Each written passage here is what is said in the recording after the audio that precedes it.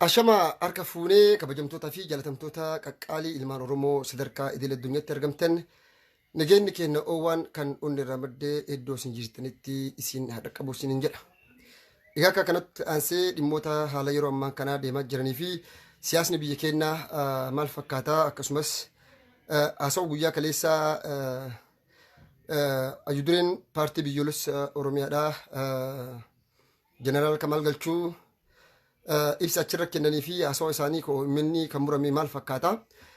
TV LTV irratti yookaan immoo miidiyoota Habashaa irratti dubbii inni dubbataa turee fi dubbachaa jirus ni ilaalla. Kaayoon isaatii fi akeekni isaa maal of keessaa qaba ka jedhu gadi fageenyaan kan xiinxallu ta'a jechuudha. Egaa kaa hundi keessan akkuma beektan nuti ilmaan goototaati, hambaa goototaati. Nuti kaayoo Oromoodha.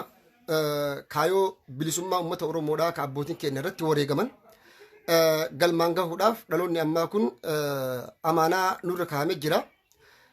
Gootonni keenya abbootiin keenya maatii isaanii loon isaanii sirni amma abiyyi tarkaanfachiisu sirni fiidaalizimii jechuudha. Haayila Sillaaseen ni beekanii gootota teenya qabsaa'ota keenya keessattuu finciltoota qotee bultoota Baalee irratti duulli qindaawaa fi duulli jabaa cimaan irratti geggeeffamaa ture. Uummata keenya Arsii irrattis Minilik harka muraa ture, harma ciraa ture, calii calanqoo irrattis duulee ilmaan Oromoodhaa dhiiga isaanii lolaasee ture jechuudha.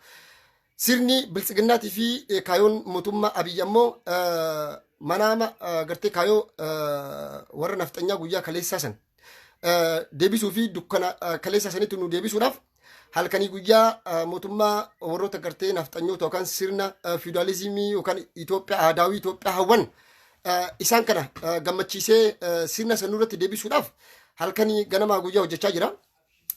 Keessattuu dubbii guyyaa kaleessaa Kamaal Galchuu dubbatee fi gootichi Oromoodhaa qabsaan Oromoodhaa kan Oromoof jecha saba isaatiif jecha lubbuu isaa wareege jechuudha. Haaji Adam Saaddoo yaadanna. Haaji Adam Saaddoo yaadanna jechuudha.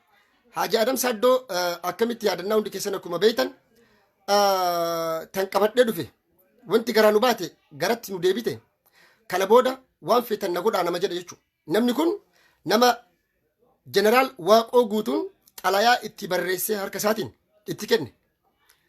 Xalayaa itti barreessee itti kenne kun warra gartee fincila uummata Oromoo keessatti kaasuudhaaf seenaa Maccaa fi Tuulamaan beektan eenyummaa Oromummaa fi Oromiyaadhaaf dhaabbatanii achirra kaayoo ganama jechuudha. Oromoon of bulchuu qaba. Qabeenya isarratti lafa isarratti garaazmaachii fi qanjazmaachiidhaan lafti isaa saamamuu qabu. Oromoon qotee haamee ayidee calleessee nafxanyaa gabbaruu qabu jedhanii warri qotee bultoota uummata Oromootii fi abbaa lafaatiif falmaa turan seenaa Maccaa fi Tuulamaa irratti hundi keessan ni beektan. Gootonni Maccaa fi Tuulamaa yeroo son turan kan akka Taaddasa Burrufaa jechuudha. Xalayaan barraa'ee Taaddasa Burrutti akka geeffamuuf itti kenname jechuudha. Laala. Xalayaa itti barraa'ee itti kenname kana gootni Haaji Adam Saaddoo jechuudha. Wanti garaa kennaa nu baate garatti nu deebi'e jedhee carraa takkanaa kennaa jedhee mana fincaanii seenee waraqaa itti barraa'ee itti kenname san hunda nyaatee liqimse. Odoo waraqaa san nyaatuu baate akka warri seenaa barreessan jedhanitti Oromoota hedduutu fannifama ture. Oromoota gootota Oromoo Maccaa fi Tuulamaa keessa turan kan Baale jiran kan Shawaa keessa jiran namoota hedduutu fannifama ture. Lubbuu uummata Oromootii fi kaayoo uummata Oromoodhaa baraaruudhaaf qabsoo ganama irratti lubbuu isaanii wareegama qaalii lubbuu isaanii kafalamne san qabsoo tanaaf wareegan jechuudha. Iccitii uummata Oromoodhaa tiiksuu isaantu nu barsiise. Guyyaa kaleessaa haasaa Birgaadar Jeneraal Kamaal Galchuu godhan iccitii Haaji Adam Saaddoo nyaate san haqqise jechuudha. San miidiyaa irratti dubbate jechuudha. Mistira iccitii uummata Oromoo jidduu jiru OBN irratti dhufee dubbate. Warra OBN kadhatee miidiyaa keessan irratti na dhiyeessaa jedheeni OMN sagalee kiyya dubbiyaan dubbadhe keessaa waan mureef isin na dhiyeessaa achirratti dubbadhaa jedhee kadhatee miidiyaa san irratti dhiyaatee dubbii dubbate. Dubbii inni dubbate kana keessatti waan hedduu keessaa hubanna, waan hedduu keessaa argina. Karamirraa karam akka isaan deemaa jiranii fi kaayoon isaa maal akka ta'e ummata Oromootii fi qabsaa'ota ganama warra kaayoo Oromoo galmaan ga'uuf deemu hundaaf ifa jira jechuudha. Nuti kaayoo deeggarra. Nama hin deeggaru, nama dhuunfaa hin deeggaru nu. Jaarmaas hin deeggaru nu. Nuti Oromummaa fi kaayoo ummata Oromoodhaa deeggarra. Hegeree Oromiyaatii fi Oromummaa deeggarra. Dantaa ummataa fi dantaa sabaa deeggarra. Paartii dhuunfaa yookaan nama dhuunfaa hin deeggaru. Nama Oromoodhaaf dhaabbate akka nama Oromoodhaaf qabsaa'u tokko akkuma qabsaa kennan jaalannaan kabajna. Kaayoo Oromoo geenni qabatee deemetti jala deemna yoo inni kararraa maqutaati kararraa maqee jirtaa karatti deebi jennee gofan. Yoo ka qajeeluu didee diinatti yoo ka ammootinu alagatti kagalu taate ammoo akka achumatti inni galuuf lafa kennee kaayoo kenna tarkaanfachiisuudhaaf halkanii guyyaa hojjenna. Laalaa Oromoo Birgaatar Jeneraal Kamaal Gochuu guyyaa kaleessaa dubbiin dubbate sinii madhagaa soba guddaa inni sobe kijiba namni guddaa nagana guu kijibe sinii madhagaa guyyaa kaleessaa OMN irratti eengadda intervii wata godhamu maal jedhe miseensotaa fi deeggartoota paartii biyyoolessa Oromiyaadhaa jaarmaya kennaa maqaa shaneetiin biltsiginnaan bakka hundatti hidhaa jirtii doorsisaa jirtii jedhe dubbate.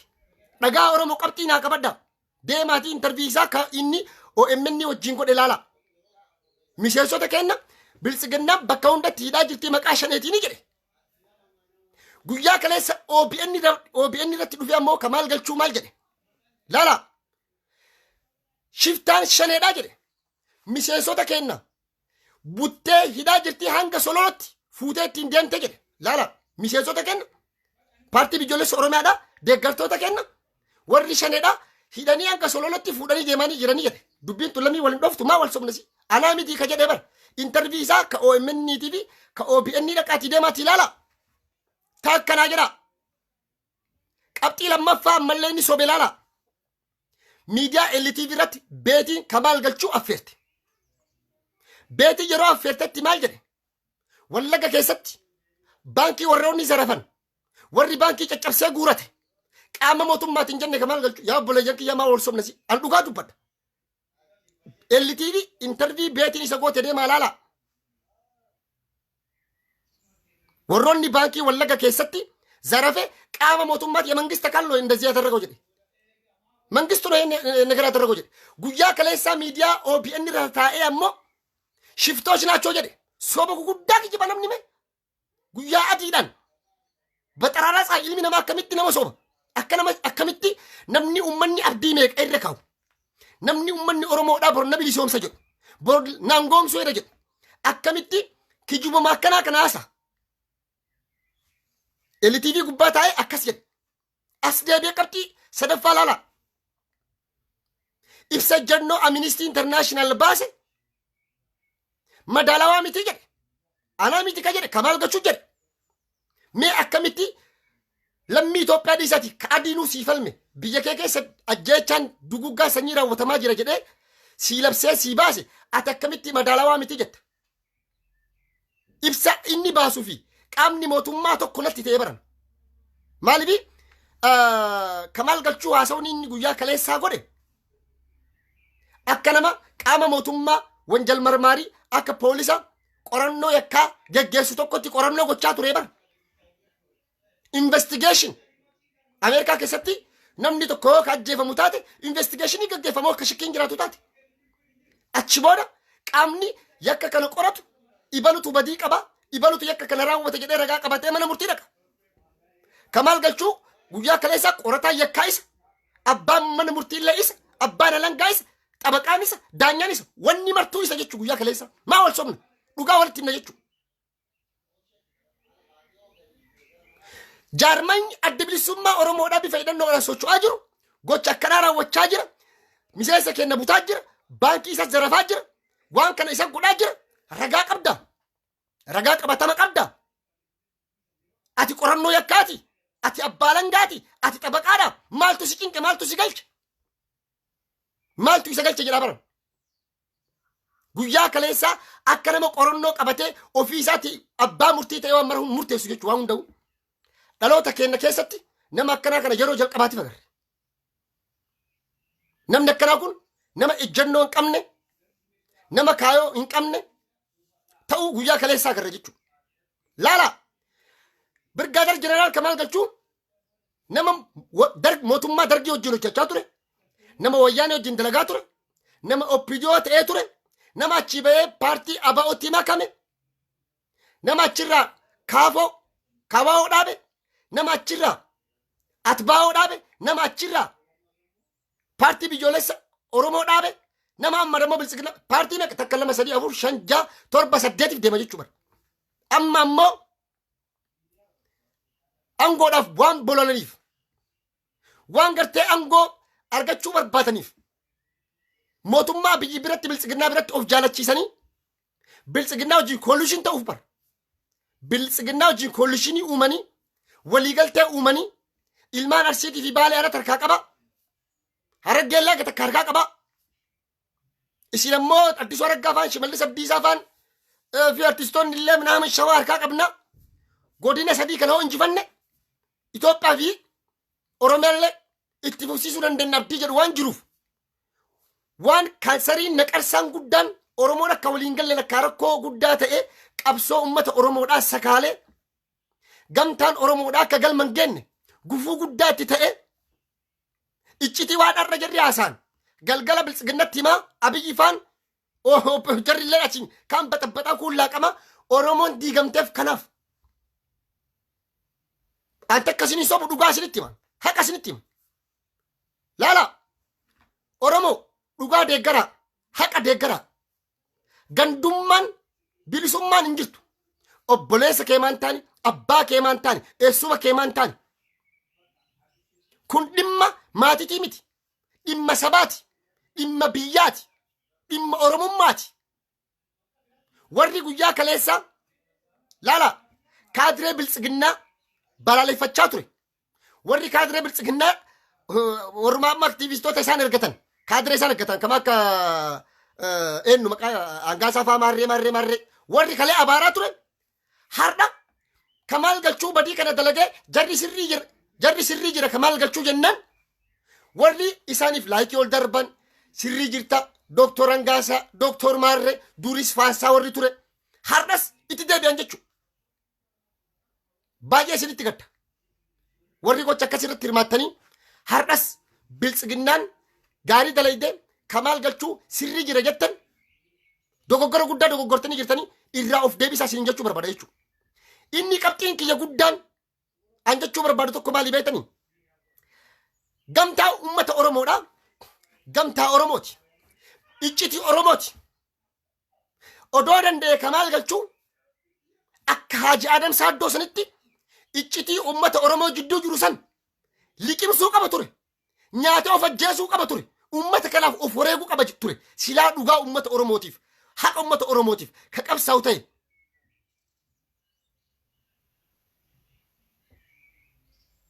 Garuu dhugaa uummata Oromoo jidduu jiru iccitii uummata Oromoo jidduu jiru miidiyaarra dhufee bulga'e.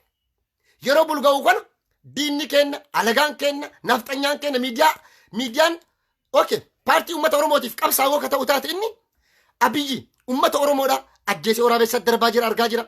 Ilmaan Oromoodhaa gorra'amaa jiran Oromoon jumlaa hidhamaa jira. Oromoo akka titumaa jiran hidhanii argaa jira. Ilmaan Oromoodhaa guyyaa takka nama 86 ol mootummaan ajjeesu amanee jira.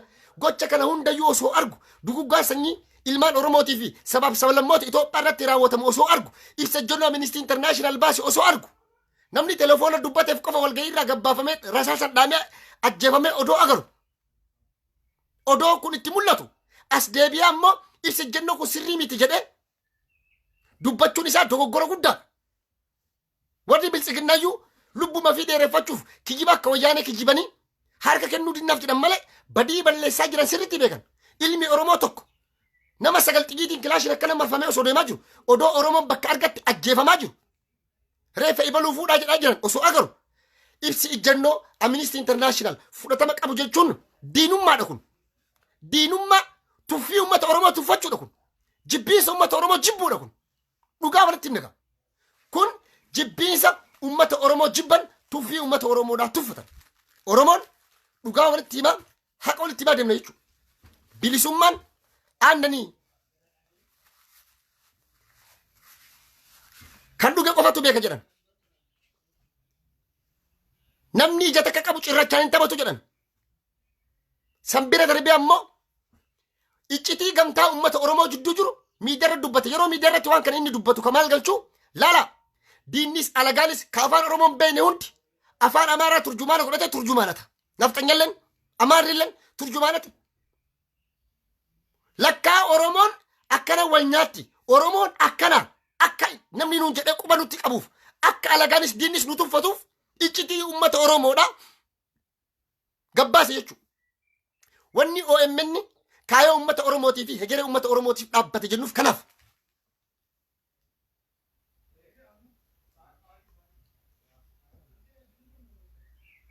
Laala waa tokko isin garsiisuu barbaadan.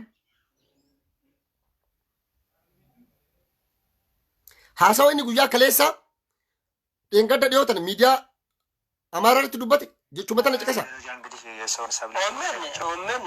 Waa'ee OMN ባለፈው 5 ዓመት ህዝባዊ ትግል ውስጥ ቁልፍ ሚና የተጫወተ ሚዲያ ነው። ጃዋርም እንደ አክቲቪስትም እንደ አንድ ታጋይም ጥሩና ቁልፍ ሚና የነበረው ሰው ነው። እኔ ለዚህ አክብሮት አለኝ። በሚዲያው ነፃነት ላይ ግን ትልቅ ችግር ያለበት ሚዲያ ነው። ትንሽ ከጃዋር ፍላጎትና ሐሳብ ወጣ ያለ ማውን ካልቻለ ይሄ ሚዲያ አሁን ባለበት አካሄድ ፓራቦላው ወደ ታች እየተመለሰ የሚሄድ ሚዲያ ነው የሚመስለኝ። እኔ እዚህ ብቻ ሳይሆን በራሳቸው ሚዲያም ተናግሬያለሁ። ለነፃነት እየታገልን ለሐሳብ አመራራ ሚዲያን OMN አካ ያድ ኢሰት ያድ ብልጽግና ቆፈ ደበርሱ ቀባ አጀቻ ሬቢቸ ዲታ ሚርገ ለማ ኦሮሞ ረት ራወተሙ ደበርፈሙ ሂንቀቡ ዱጋን ሀቅኒ ኦሮሞ ደበርፈሙ ቀቡ ያደ ጀዋር ቆፈ ያደ ጀዋር ካ አጀቻኒ ደበርሱ ኢኒ ቢልቢለ ዱቢሱ ኢሳ ጀዋር ነመ tokko ጀዋር ነመ ዱንፈቲ OMN ኢጃፊ ጉረ ኡመተ ኦሮሞቲ yeroo inni akkana jedhu kana ibsa broadcasting Itoophiyaadha masaraa mootummaa keessaa baasee nu yaadachiise jechuudha. OMN cufamuu qaba jechaa jira kara tokkoon. OMN sirrii miti. OMN uummata Oromootiif hin dhaabbanne jechaa jira bara. Lakkaa inni propaganda kan ugenne kanaaf jechuudha. Miidiyaan inni irratti dhaqee dubbatee haasa'e kun miidiyaa Siyyum Tashoomaa beektanii kaalee dhaqabu sana kaadiree biltsiginnaa guddicha daabiloosi jechuudha. Miidiyaa nafxanyaarra dhaqanii garaagarummaa uummata Oromoo jidduutti uumuun diinummaadha kun. Addaddummaa ilmaan Oromoo jidduun kun tuffiidha. Qabsaa'ota Oromoodhaa maqaa xiqqeessu. Mee Jawaar guyyaa tokko afaan baafate waa'ee Kamaal Galchuu haasa'ee beeka. Waa'ee paartii biyyoolessa Oromoodhaa haasa'ee beeka.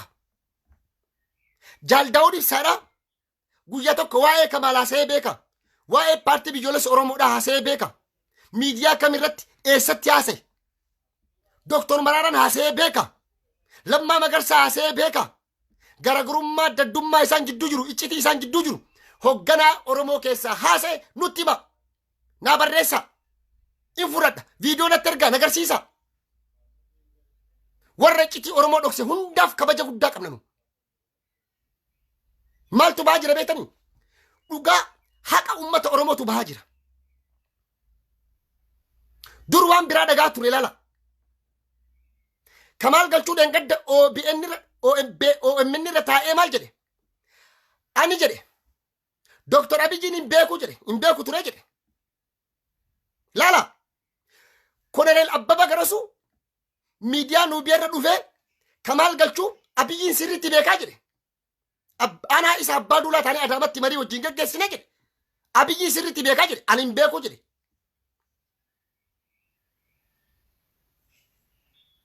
Hundi isaanii Abiyyi yeroo caasaa xiqqaa keessa ture. Laala shakkii amma fakkeenyaaf dur waa shakkiinu sun amma akka tokkotti olaalle dhugaa ta'uu malaa dhugaa ta'uu danda'a ka jedhu qaba. Hunduu hin kafalamaawi hunduu Abiyyi wajjin dalagan. Waraana gas ga'u qabatanii yeroo biyyaa baanis mootummaan Itoophiyaa odoon beekin ta'uu danda'uu dhabuun mala. Beekaa kaayoof ergamuun malan. Koloneel Abbaba Garasuu maal abdateeti ka jara kan achi galchanii itti gaafatama danannati oromiyaa ka godhan abdii kamiin godhan taakka jedha Koloneel Abbabaa Garasuu jeneraalummaan dheengadda masaraa mootummaa keessatti kennameef maaf dabalameef kaayoo biyyaa bahan qaban adda bilisummaa Oromoodhaa dhabamsiisuuf ABO dhabama godhanii mootummaan akka jiraatuuf amma ifa nuutaa jira bara dubbiilleen akkas fakkaattii bara maal abdataniiti har'a hoggansa jarmee adda bilisummaa Oromoo keessa warroota gurguddoo jiran hidhaan jiranii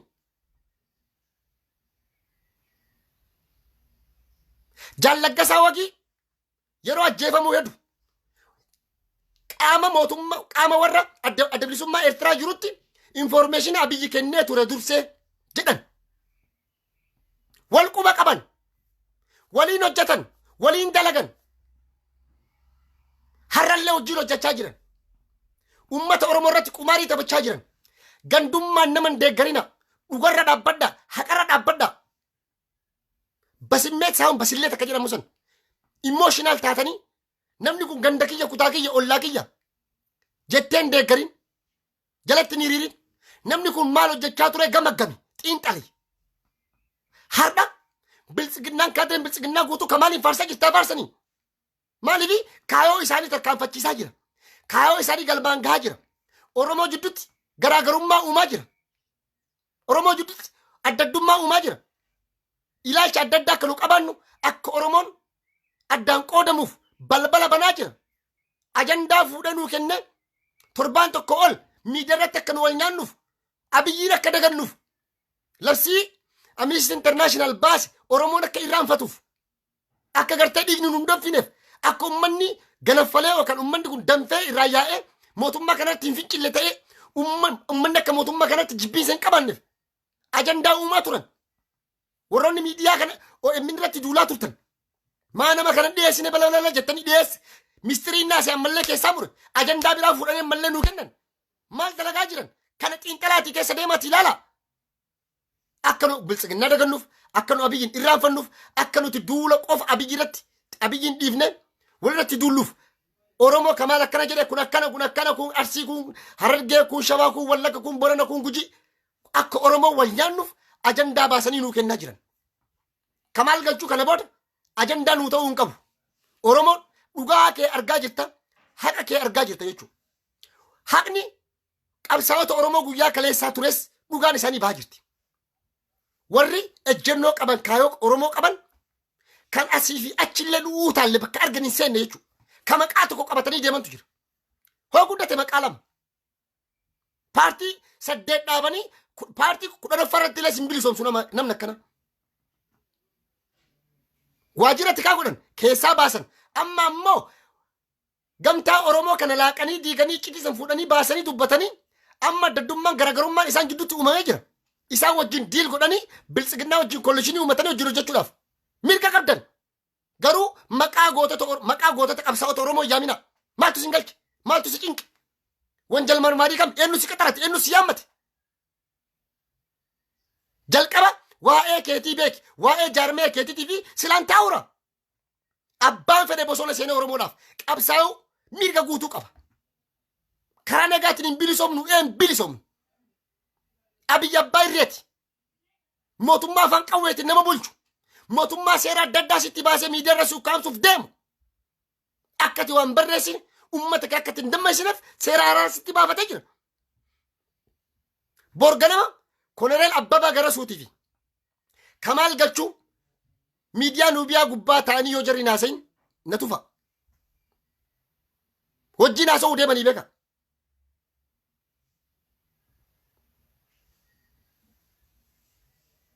Eertiraan dhaqame rakkoon meeqa uumame achi booda Abiyyiin dhufe Abiyyi wajjin Ruwaandatti waliigaltee gaggeessa godhanii jiran miidiyaa irratti wanni dubbatamu waan biraati wanni duubaan dalagamu waan biraati kana beeka Oromoo namni tokko jecha takka otoo dubbatu maaliif dubbata kaayoon isaa maali akeekin isaa maali jettanii xiinxaltanii gadi fageenyaan laaluu qabdan namni kun bu'aacee inni keessa bahee dhufe maali jedhaati ilaala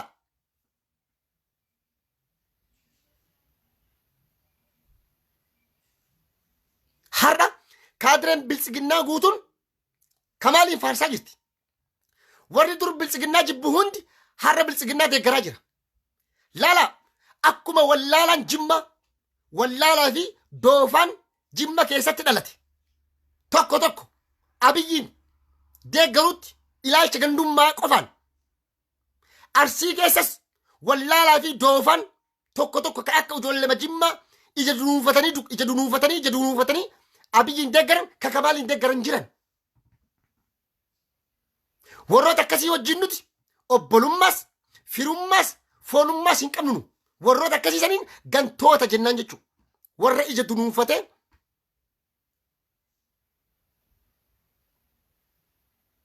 gandummaadhaaf ollaa isaa safara isaa waan ta'eef fira isaa waan ta'eef deeggaru yoo ka jiraatu taate dogoggortee jirtaa jennaan. Waaqoo guutuufaan gandummaaf hin qabsoofne. Haajadam Saaddoo gandummaadhaaf waraqaa nyaateef hin wareegne. Leenjisoo Diigaa ganda isaatiif hin qabsoofne. Nadhii Gammadaa uummata Arsiitiif hin duune uummata Arsii keessatti illee hin qabsoofne Harargee keessa qabsaa dhaqee. Nadhii Gammadaa qabsoo kana irratti dhabnee bara. Namni ati arra biltsiginnaa deeggartu biltsiginnaa farsitu dhugaa fi haqa obboleessa keetti akkamitti argite duuba nayin. Anas nagartu na fakkaata kan biraas deemtee waliin dhooytaa jedhee Shukrii Jamal. An nagaya deeme si dhiise inni irraa fagaadhu tantee nageessa jedhe. Amma akkas nu. Kaanis kaan fakkaachuun hin ta'u. Ejjannoo qabaattee ejjannoo Oromummaadha. Kaayoo Oromummaadha galmaan gahuudhaaf. Yoo ka qabsooftu taate dhugarra dhaabbattee ka qabsooftu taate ummanni Oromoo si waliin dhaabbata. Ummata Oromoo galuudhaan iccitii ummata Oromoodhaa fidanii miidiyaa gubbatti dubbatanii Oromoo jidduutti addaddummaa fi garaagarummaa uumanii Oromoo addaan qooduu fi addaan facaasu Oromoo fudhanii ganda gandatti galchuuf kaayoon galamu yoomuu galma siniin gahu. Infa shalaawa jechuudha. Nu gandummaa fi mika dhalanne Oromummaaf Oromiyaaf ka dubbannu eenyu nu kafana dantaa kamiif kana jechuu barbaada. Arra nama hoyitu maal nan jedhe beektanii mucaa tokko Ameerikaa jira ka abbuttaa jedhama yaa. Baankiidhaa mallaqaatee deemee siin jedhanii akkamiin an jedhe ilaali. An nama isarrallee waa dubbisuu beeku nama isarrallee dandeettii qabu nama isarrallee beekumsaa fi hubannoo gahaa qabu. An namni nan argatu namni abadan nan argatu namni illee na qaxarachuu hin danda'u mallaqaan nama mallaqaa fi bu'aa dantaa dhuunfaa wanti xiqqoo qucaa kanatti illee amanuu miti. Mallaqa bilgeeti illee dhiisee biraa du'a. Hundi isaa ka addunyaarra jiru Alaamuddin illeen kana booda waggaa 20-30 jiraate sarrabbitu beeka qabeenya isan hunda dhiisee biraa tara. Akka gurraachi Ameerikaa keessatti ajjeefame adiin Awurooppaatii fi biyyoota meeqa keessa jiran siifalman mirga gurraachaatiif san wallaalte jechuutiin mirga saba keetii jechuudha. Saad Ismaa'il baankii Awaash keessa dalagaa ture barnoota baradheen dandeettii kiyyaan Awaashin keessa dalagaa ture. Baankiin beetu baankiin mana abbaa keetiiti miti ka akkanumatti birrii fuutee hattee keessa baatu hin danda'amu. Baankii haatuun hin danda'amu abadan.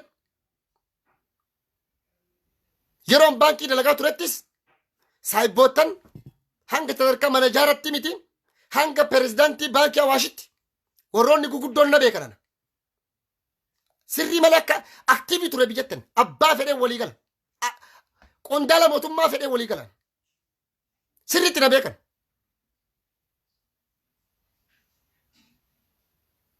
Abbaan fedhe ammoo maqaa balleessii feeteef namni tokko aayidolojiidhaan kottu yaada ammoo nama arrabsuu yaaluun nama xiqqeessuu yaaluudhaan miti. Dibeetii haa goonu dhiira yoo taate dibeetii dhugaa jiru arrabaa miti. An nama arrabsuu hin beeku arraballee hin danda'u garuu aayidiyaadhaan kottu yaada bilchaataa qabadhuutii kottu. Ibaluu akkasii giraasmaach girrisaa culullee jagna gootu kunniin akkasii miti saniini miti. Haajii butaa jechaa oolteefi miti. Aayidiyaa uummata amansiisuu danda'u aayidiyaa moo'ataa ta'e kan dantaa Oromoo eegsu nu bar dantaa Oromooti malee dantaa biltsiginnaa eegnu bar namni akkamitti paartii jaarmee deeggara namni akkamitti Abiyyiin deeggara Abiyyi waggaa kuma jiraata. Inni nabi Nuhu moo nabeella Adam ilma namaati. Abiyyi biltsiginnaa ni dhabamanii bara akkuma OPDO'n dhabamee ODP'n dhufee ODP irraa biltsiginnaa amaaratti nafxanyatti galtan boris dhabamuu dandeettan. Achi booda kaayoon kee maali? namni qabsaa'u tokko namni saba isaatii fi lammii isaatii fi uummata isaatiif dhaabbatu tokko nama kaayoo uummata isaa deeggaru. Kaayoo jechaan Oromoon kun hidhamuu hin qabu, reebamuu hin qabu. Qabeenya isaa ka Rabbi kenneef ka lafa keessaa warqee isarratti, buna isarratti, qamadii isarratti, qabeenya uumama Rabbi kenneetii fi horate qabeenya isarratti, lafa isarratti abbaa ta'ee Oromoon jiraachuu odoon hidhamne, odoon dhiitamne, odoon reebamne, odoo ati Oromoodhaa gadaamessi Oromoodhaa hin boonne, abbaan Oromoodhaa hin boonne, Oromoon nagaya argate, nagayaan bahee qotatee daldalatee mana isatti galee hirriba gaarii rafee ka'ee bor ilma kiyya awwaala, bor ilma kiyya qabaruuf deema, bor taazaa taa'uu deema odoon jenne yaadni kun marti irraa dhaabbate Oromoon akka ilma namaa tokkotti akka jiraatuuf namni qabsa. Kaan Oromoon leessan Oromoon nama olaa ta'uu hin jenne, nama gadillaa ta'uu hin jenne. Baroota hedduudhaaf Oromoon cunqurfamaa ture, gabroonfatamaa ture. Har'a odoo argitan ummata kana fuutanii akkamitti naaftanya gurgurattan. Kana jechuu barbaada jechuudha. Warroota I think Ameerikaa keessa waggoota 10 illee taanii siitiziin Ameerikaa illee qabaachuu malanii biyya san keessa taanii barnoota takka baratanii hin beekne. Afaanuma Ingiliffaayyuu sirreessanii naasaanii bara. Angaasa illee inni ilaala. Deemati ilaala. Ijoollee oolmaa daa'immanii baratu tabiyyatu isaanirra Ingiliffa beekaa bara.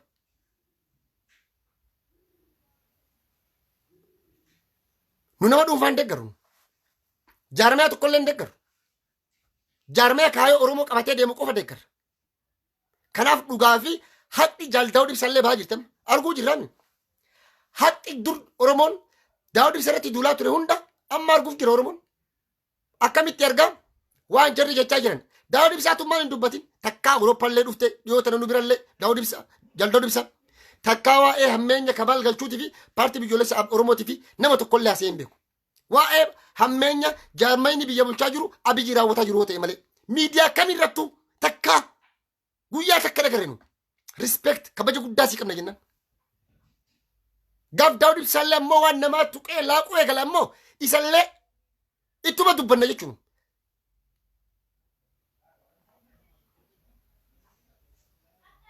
Kamaal Galchuu gaafa Daawud Ibsaalleen Dr. Maraalleen gaafa dhimma nama dhuunfaa haasa'uu jalqaban ummanni kun kaayoo Oromoo irraa maqanii jiran. Ummata Oromoof qabsaa'uyyuu miti. Gaafas mataa gadi deebisnaa jechuu sanillee. Dhugaadhaaf dhaabbannaa dhugaan teessan mul'achaa jirti akkuma amma jirtan kanatti itti fufa. Abiyyi gurmuu ta'ee shanee dugugguu sanyii irra raawwannan fixna kajechaa jiru. Abiyyi wajjin ta'ee sinuma kana isin hiisisuuf angoo barbaacha kana jedhe. Odoo angoo silaa gaafa sanbar waajjira bulchiisaa fi nageenya irraa akka itti kaasanillee hin beeyna maaliif akka ka'eenuu akka kaasanillee hin beeyna. Odoo har'a achi jiraate Birhaanuu Juulaa caala jeneraal Birhaanuu Juulaa caala namni Wallaggaan duguggaa sanyii irra raawwatee fixuuf deemu isa ture sila. Gujii guutuu ka fixuuf deemu ture sila Kamaal. Dhugaa walitti himnare. Warra amma du'aa jiru itti ajjeefamaa jiru kana hunda silaa isatti itti gaafatama takka jedha. Ibsa ejjannoo komishiniin Amnesty International baase silaa irra ka miidiyaa gubbaa ta'ee nu dubbatu Kamaal Galchuu ture bara. Fudhataman qabu hin sobaa hin kijibaa kan jedhu kanaan goota jedhaa duubaan.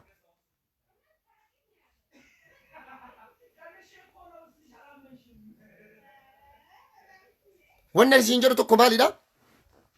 Ummanni Oromoodha. Wanni isin beekuu qabdan. Wanni isin hubachuu qabdan tokko laala. Abbaan feete deeggari. Abbaan feete jala deemi. Garuu yeroo deeggartu ragaa qabatama wajjin deeggari. Nu nama dhuunfaan deeggaru.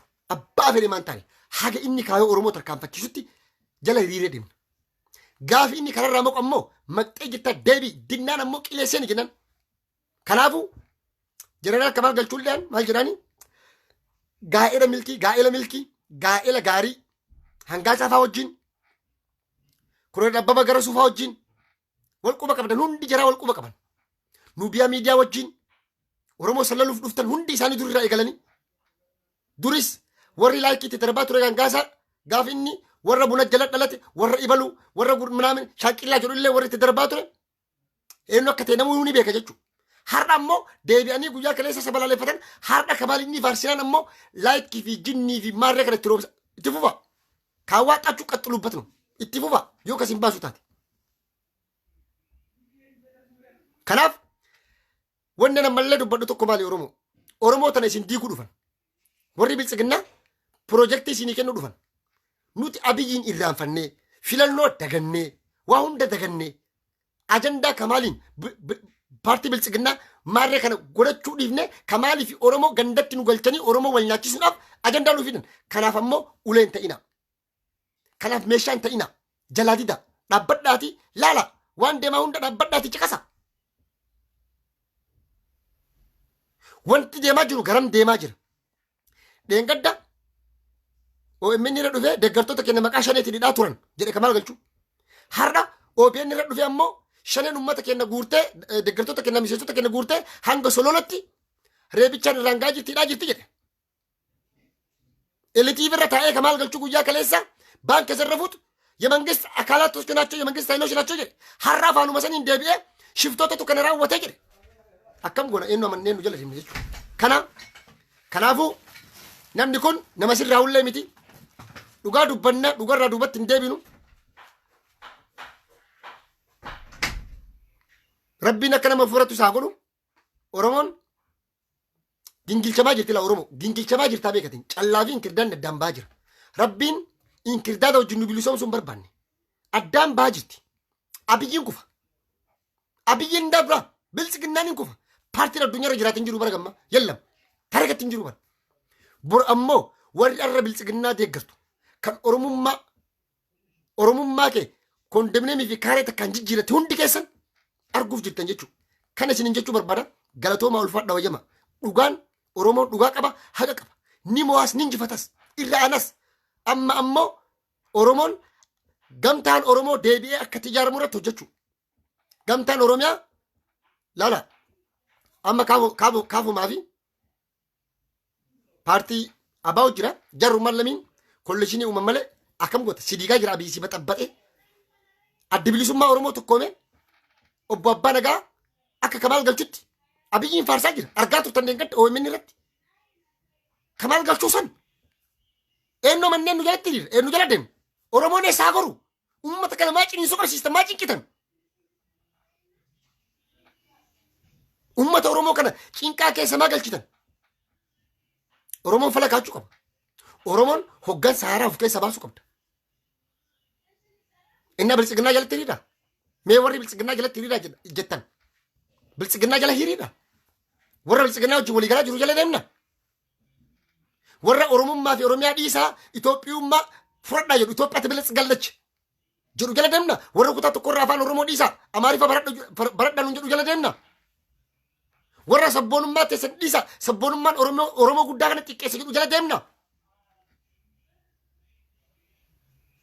Warra kaleessa yoo nu Wallagga dhayinee nu ajjeesanii Oromoo Wallaggaaf Jimma wal fixan nu jedhu jala deemna.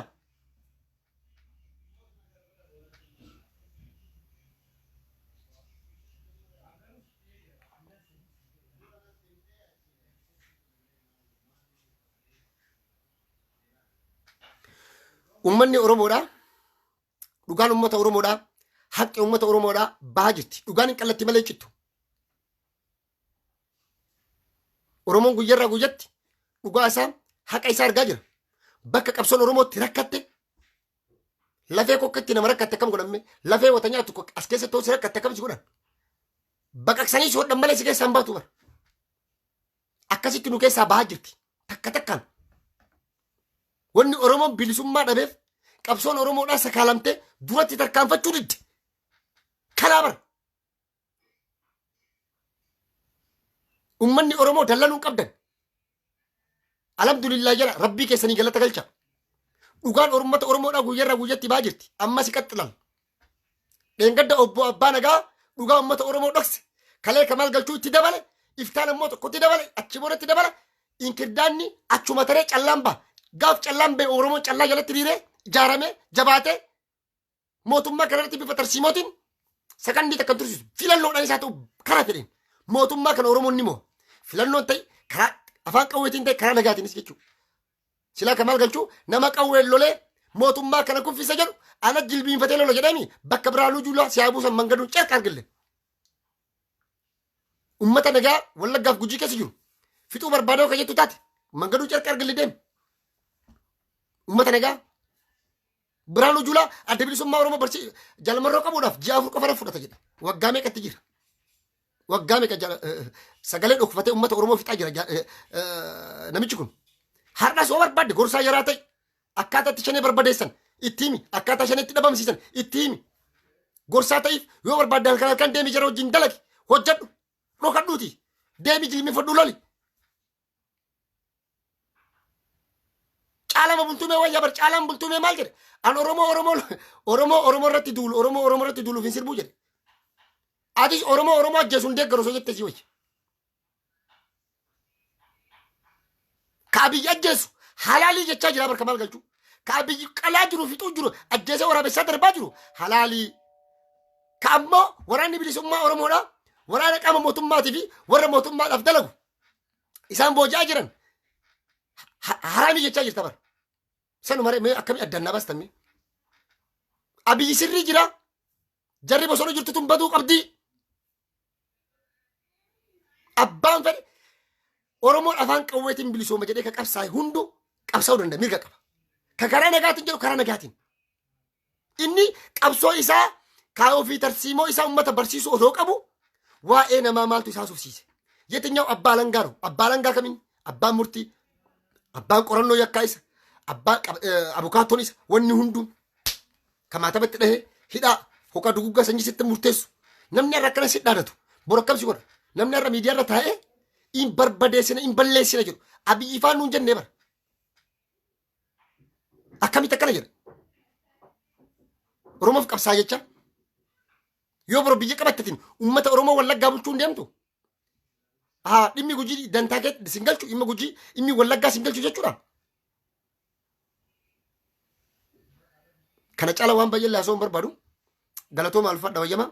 Oromoon dammaquu qabdan. Oromoon yaada keessan bittinneessuu yaada keessan hiruurraa of qusachuu qabdan. Gaaf Oromoon mataa fi yaada isaa hire Oromoon gabroomuudhaaf balbala banachaa jira karaa saaqachaa jira. Kaayoo Oromummaa fi Oromiyaa deeggaraa malee nama dhuunfaan deeggarina. Abbaan feeti Jaawaraa ta'u Daawud Ibsaa ta'u Maraaraa ta'u Kamaal Galchuu Abiyyaa ta'u Lammaa ta'u abbaa feeti. Nama garuu kaayoo Oromoodhaa galmaan ga'uuf deemu kaayoo Oromoo tarkaanfachiisu jala deemuu sirriidha.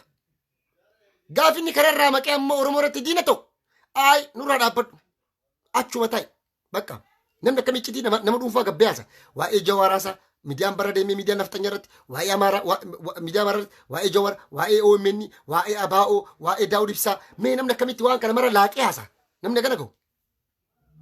Nuyyuu haasaa hin jirru bara nuyyuu haasaa hin jirru waan akkana waan ijoollee xixiqqoo irraan eeggamne dubbachaa jira. Kanuma jechuun barbaadaa Naajiraadhaa dhugaa Naajiraadhaa nagaa keessa Naajiraadhaa kanuma jedhaa. Egaa gaa walitti kurfeeffannee dhufna gaa mallee miidiyaalee riifar goona ragaa hedduullee of keessaa of harkaa qabna waan dalagamaa jiruu fi deemaa jiru nu qaqqabaa jira ragaa wajjin evidensii wajjin isin garsiisna jechuudha. Kana galatooma alfadhaa nu kana booda Kamaal Galchuu ajandaa Oromoodhaa ta'uu qabu. Cufa galmee Kamaal Galchuu arra booda fuulli keessan biltsiginnaa Abiyyi tokkoffaa biyya irratti godha. Taayee danda'a arra Kamaaliin faarsaa jiraami haa faarsu. Saayibootan borganama miidiyaa irratti jira lamee arguu deemna bara. Isaa kun irra labbaba garansu maraangaa isaa manaa miidiyaa nu irratti arguu deemna. Kanaafuu kana jechuu barbaada. Isaanillee karaa itti fakkaatan maggaduun carqa argillachuu. Karaa nagaa minaamin karaa nagaa amannaa minaamin nama karaa nagaatiin afaan qawweetiin deemu hunda barbadeessina balleessina hidhinnaa mokkur. Meedaawwan farasuun yaa'u jedhe ilaal fardinis dirreenis kun hotii deemi. Kana jechuu barbaada galatooma alfadha wayyama.